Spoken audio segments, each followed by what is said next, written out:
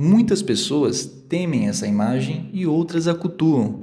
Afinal, quem está certo? A grande verdade é que temer ou cultuá-la é um grande erro. Primeiro, não é preciso temê-la, pois não se trata de algo maligno, por mais tentativas que façam para torná-la algo sombrio. Eu sei que a imagem, à primeira vista, aos olhos de muitas pessoas, pode ser desagradável. Mas cada elemento desta imagem tem um significado importante, que irei explicar mais adiante. Bem, continuando. Em segundo ponto, não se trata de uma entidade. Por esse motivo, não faz sentido algum cultuá-la. Então a pergunta que fica é: o que de fato é o Baphomet? Para começar, é preciso ter em mente que não existe uma origem etimológica correta para o nome Baphomet. O que existe de verdade são suposições e teorias que tentam desvendar o significado do nome. De toda forma, o que existe também, mais palpável, digamos assim, é uma história por trás do surgimento do nome, que não é necessariamente uma origem etimológica. Baphomet, para alguns estudiosos, pode significar Mohammed, que é a mesma coisa que Maomé. Observe que aqui estamos apenas falando da origem do nome e não da ilustração em si, que se popularizou ao longo dos anos. Sobre a ilustração do Baphomet e seus significados, irei falar sobre isso mais adiante. Pois bem, para entendermos a relação do nome Baphomet com Mohammed, precisamos falar brevemente das Cruzadas. No século XI, os francos e seus aliados descobriram o Oriente Médio medieval, mas as únicas referências disponíveis que esse povo tinham do Oriente Médio eram as histórias bíblicas. Por esse motivo, acreditavam que ainda eram habitadas por filisteus, cananeus e antigos povos pagãos que adoravam diversos deuses. Essa também era a crença do Papa Urbano II, que proclamou as Cruzadas. Não se havia uma ideia de quem eram os muçulmanos ou qual era a sua religião, ou no que acreditavam. Para os católicos europeus, todos naquela região ainda adoravam os deuses citados no Velho Testamento. Durante o cerco de Antioquia, na Primeira Cruzada, o auxiliar de Godofredo de Bouillon, Anselmo II de Ostrovente, descreveu a seguinte situação, abre aspas, no dia seguinte, ao amanhecer, eles chamaram em voz alta por Baphomet e oramos silenciosamente em nossos corações a Deus. Então atacamos e expulsamos todos eles para fora dos muros da cidade. Fecha aspas. Aqui, quando Anselmo II cita eles nesse trecho, ele está se referindo aos habitantes de Antioquia. Eu deixarei um link da cópia dessa epístola nas descrições abaixo do vídeo. Porém, adianto que ela está inteiramente em latim, por isso vocês vão precisar de um aplicativo como o Google Tradutor para poder entender o conteúdo da epístola, caso você não saiba latim, é claro. Enfim, diante deste trecho de uma testemunha ocular dos primeiros encontros entre os templários e muçulmanos, alguns pesquisadores deduziram que os templários, ao ouvirem este nome sendo dito pelos habitantes de Antioquia, escutaram Muhammad como Maomé, que terminou sendo escrito por Anselmo II de Ostrovente como Baphomet. E como eles pensavam que aquele povo eram adoradores de outros deuses, mencionados na Bíblia, claro, na crença deles, Maomé seria o ídolo daquele povo, ou seja, um tipo de deus pagão. Em um poema em língua occitana do século XII, intitulado Senhors per los nostres peccats, escrito pelo trovador occitano Gavaldin, Baphomet é citado como o ídolo dos muçulmanos, portanto, um tipo de demônio. Veja o trecho onde Gavaldin cita o nome Baphomet, o associando a Maomé. A tradução do trecho fica o seguinte: Imperador, por favor, escutai, e vós, rei da França, seu primo e o rei inglês, conde de Peiteu, que possais socorrer o rei espanhol, pois nunca se teve uma melhor oportunidade de servir a Deus. Com ele, derrotareis todas as maldições que o Baphomet seduziu e os renegados que mudaram de lado. Fecha aspas. Este poema não é o único a descrever os muçulmanos como seguidores ou adoradores de Baphomet. Austorque Dolarque um trovador do século XIII de Velay, escreveu um poema lamentando a morte de Luís IX durante sua expedição contra o reino Hafsida em Tunis, e nele também descreve os muçulmanos como adoradores de Baphomet. Voltando um pouco para os Templários, a Ordem dos Cavaleiros Templários foi acusada pelo Papa Clemente V e pelo rei da França Filipe IV de se envolver em heresias, incluindo a adoração a Baphomet, que no caso era Muhammad, ou em português, Maomé. Na sexta-feira, dia 13 de outubro de 1317, centenas de cavaleiros templários por toda a França foram presos e torturados. Em 1312, o Papa francês extinguiu a ordem e, em 1314, o último grão-mestre da Ordem dos Templários, no caso Jacques de Molay, foi queimado na fogueira em Paris. Segundo o historiador François Renoir, Baphomet era uma latinização de Muhammad, ou melhor dizendo, Muhammad, que não era considerado pelos europeus um profeta, mas sim um deus muçulmano, por falta de informação, como eu disse anteriormente. Eles se embasavam apenas nas histórias bíblicas. Bem, o historiador François também observa que a Inquisição tendia, no caso, a acusar os cavaleiros templários de serem próximos demais dos sarracenos, que eram, como vimos anteriormente, considerados adoradores de Baphomet, que no caso é Muhammad. Como é possível observar, o nome Baphomet surgiu no século XI e no início do século XII, por causa de uma má interpretação do nome do profeta Maomé, que de Muhammad se tornou Baphomet, por erro de escrita. Depois disso, muitas outras teorias foram inventadas, incluindo etimologias duvidosas envolvendo o idioma hebraico, associando a maçonaria e assim por diante. Algumas das pessoas que escreveram sobre Baphomet são essas: Christoph Friedrich Nicolai, Joseph von Hammer Purgstall e Marie-Joseph Gabriel Antoine Jogan Paget. Talvez seja assim que se pronuncia o nome deles.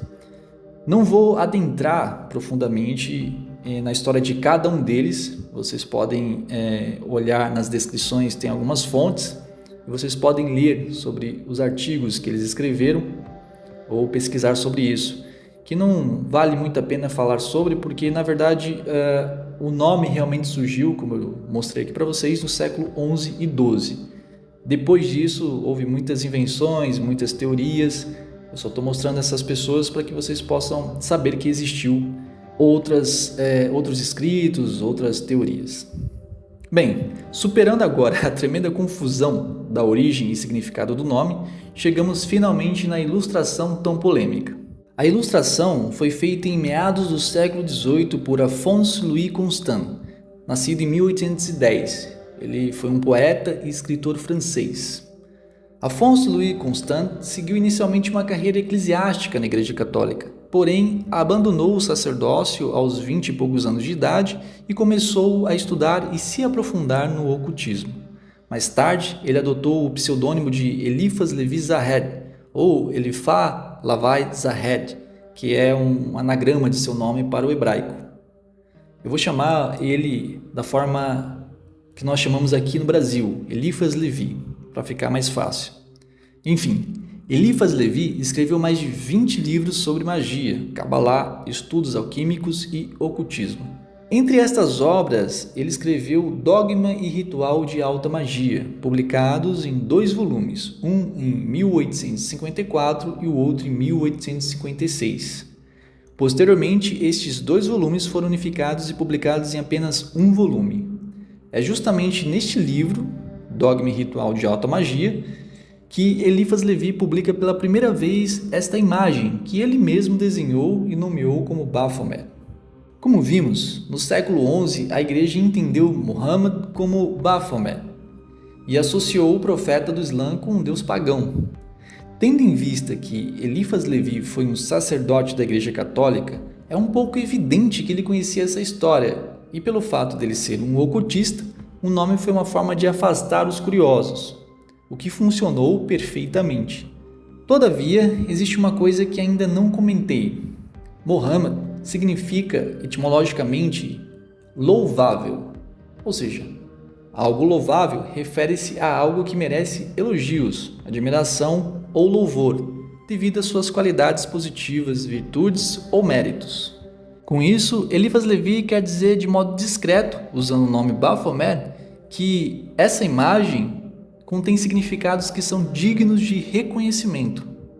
Agora, vou falar sobre cada detalhe e parte desta ilustração, a fim de esclarecer o que realmente essa imagem de fato significa. Ressalto que utilizarei como base as explicações do próprio Eliphas Levi, que está no capítulo 15 do livro 2, intitulado Ritual. O autor não detalha exatamente tudo sobre a imagem, porém fornece muitas informações que nos ajudam a entender os significados presentes na ilustração. Essa ilustração é um antropomorfismo, ou seja, um ser híbrido, com partes humanas e partes de animais selvagens, o que é bem evidente na imagem.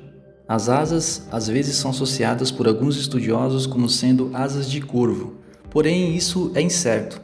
De toda forma, as asas simbolizam o volátil, o que indica uma característica espiritual. Está também associado ao elemento ar, que por sua vez simboliza também o pensamento. O tronco e os braços representam a humanidade. Segundo Eliphas Levi, um braço é masculino e outro feminino. Essa polaridade é igualmente visível no tórax, que é masculino, porém com seios, representando o feminino. Para entender os gestos da mão, antes preciso falar que cada dedo na mão significa um elemento de acordo com a tradição do hinduísmo, o Pancha Mahabhuta. São 5 grandes elementos. O polegar é Agni, que significa fogo. O indicador é Vayu, que significa ar.